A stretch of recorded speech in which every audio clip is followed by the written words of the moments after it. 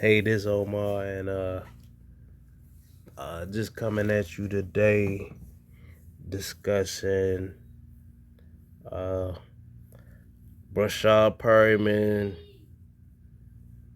trust factor, and what I mean by that is, because of Godwin going to be hurt for the next few weeks, and Julio still, battling, the hamstring injury.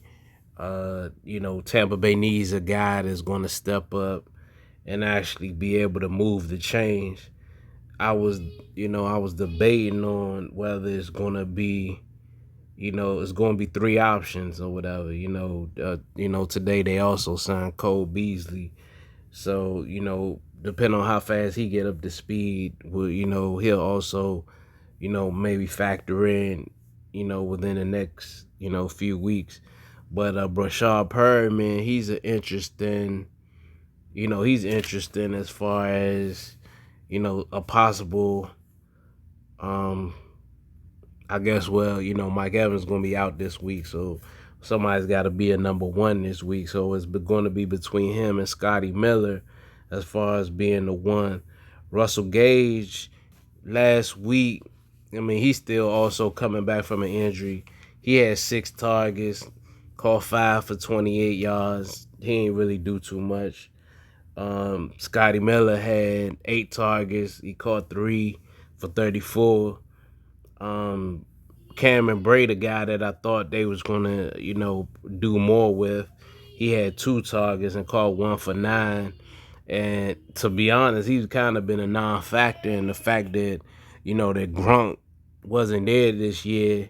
I thought they was going to be using the tight end more, especially since they also let go of, OJ Howard. But, so far they've been looking really clunky as far as like, between the numbers. They haven't really you haven't really seen any rhythm yet, thus far. Scotty Miller, yeah, he's gonna be somebody that can move the chains.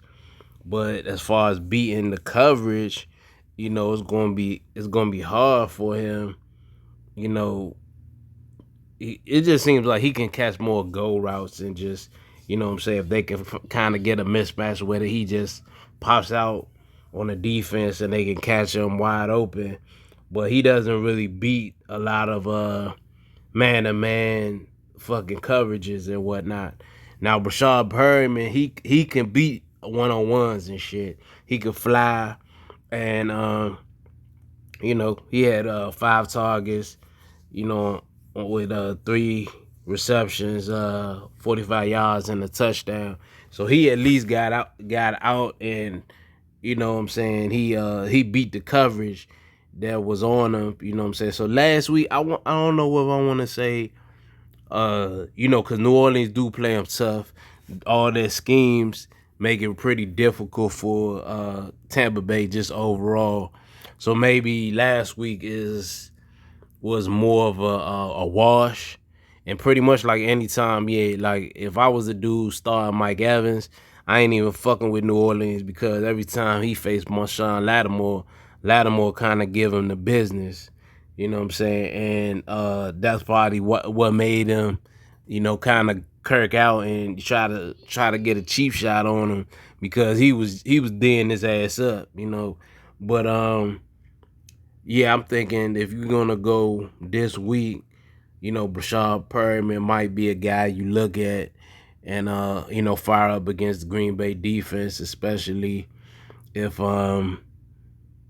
they what I'm saying, okay, because Jair Alexander, he gotta check one of them. So if he decides to go to Miller, because if you're looking at 8 targets, Tom Brady was definitely looking his way, or wanted to give him a chance to do something, and he ain't really do shit. So they might slide Jair Alexander Miller to try to see if that's gonna make their offense still be, clunky and shit. So Breshad Perriman might have his opportunity to do something at least for this week.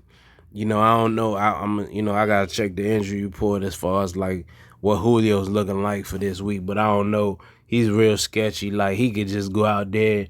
They say he gonna be a game time decision, and he go out there and run one route, and then this motherfucking hamstring lock up on him and shit. So I don't know. With Julio, they probably should just do their best to um, have him on a fucking snap count for at least until the second half of the season. Because they gonna need him more for the playoff run. So don't waste him during the regular season. Just try to feed him during practice. So him and Tom Brady got a wavelength, so that Brady will find a way to start trusting guys, in the postseason and whatnot. But for this week, I would probably see if Breshad Perriman could be a wide receiver too. You know what I'm saying? Yeah, that's my thoughts because, like I said, Cameron Braid, I don't see it. They ain't using him yet, and Russell Gage is, he definitely could be a option, but so far it's like the connection's not there yet.